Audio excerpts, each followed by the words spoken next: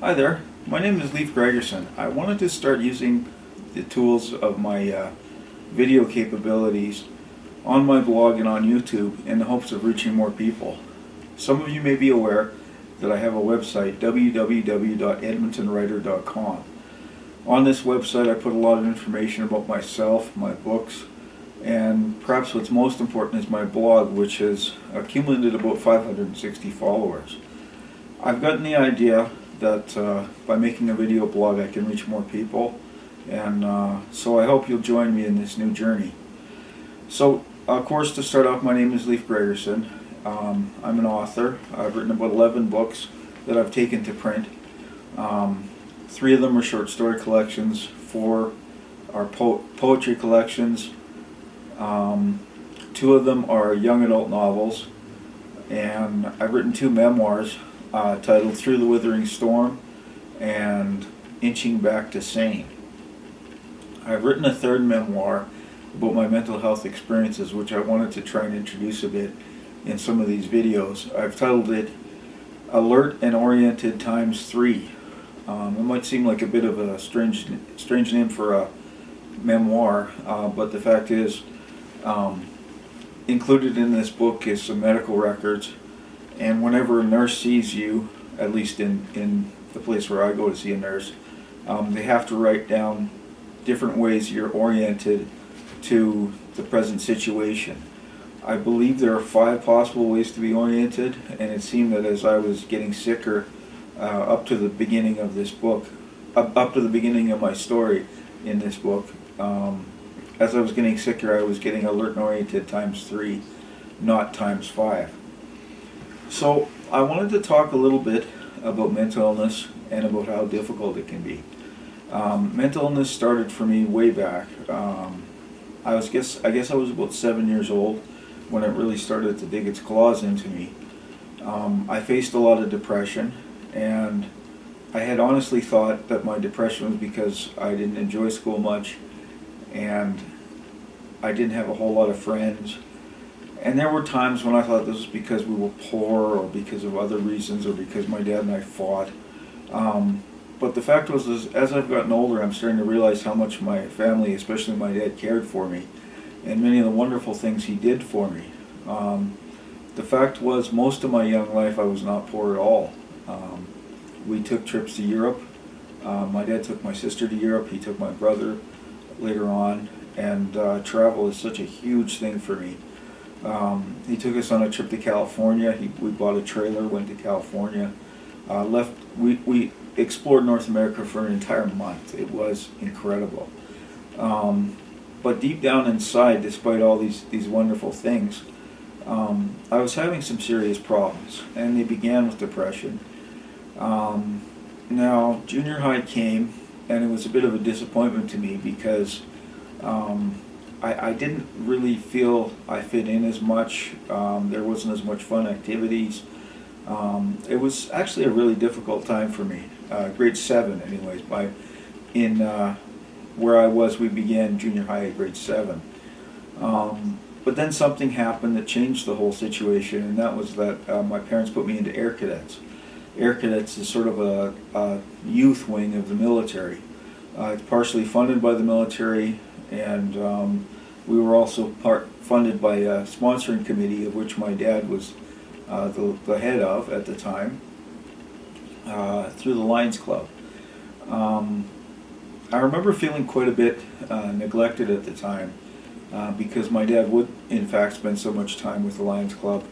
But I was starting to make more friends, and I was enjoying school more, and I started to see a future. I had dreams of becoming a pilot, of being a fighter pilot, of being an airline pilot, of being an astronaut, and so things were actually looking pretty rosy for me. And then in school, we had this wonderful teacher. I don't know if anybody might remember him after watching this, but his name was Gerlach.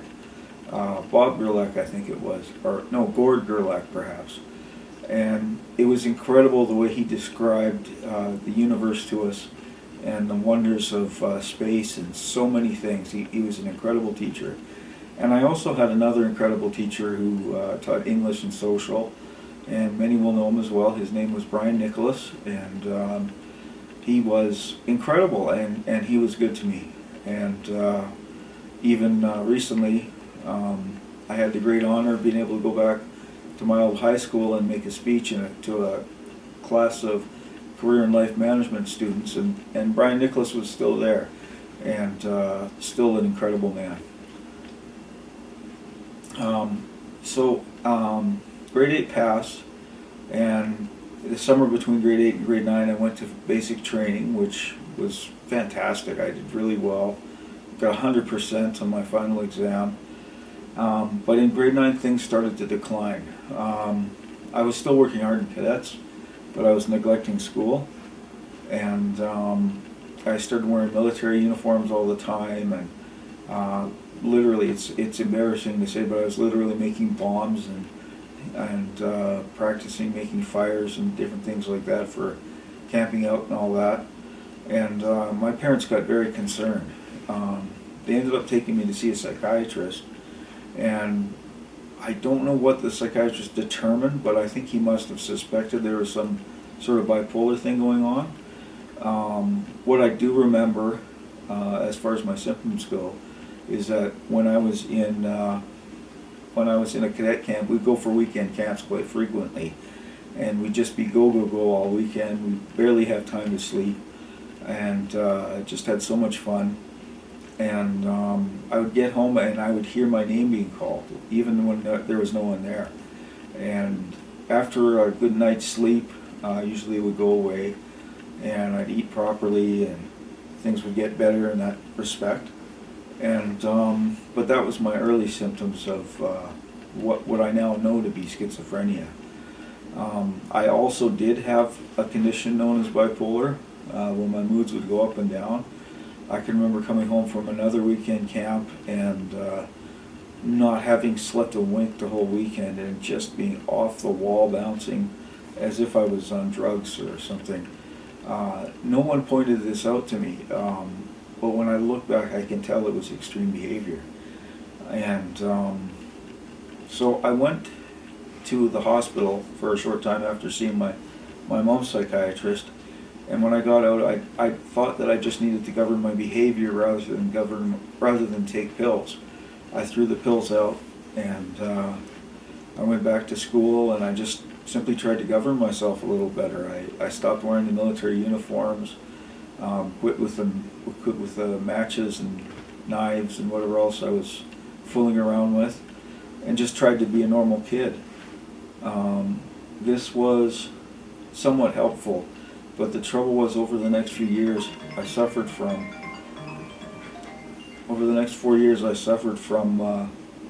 quite severe,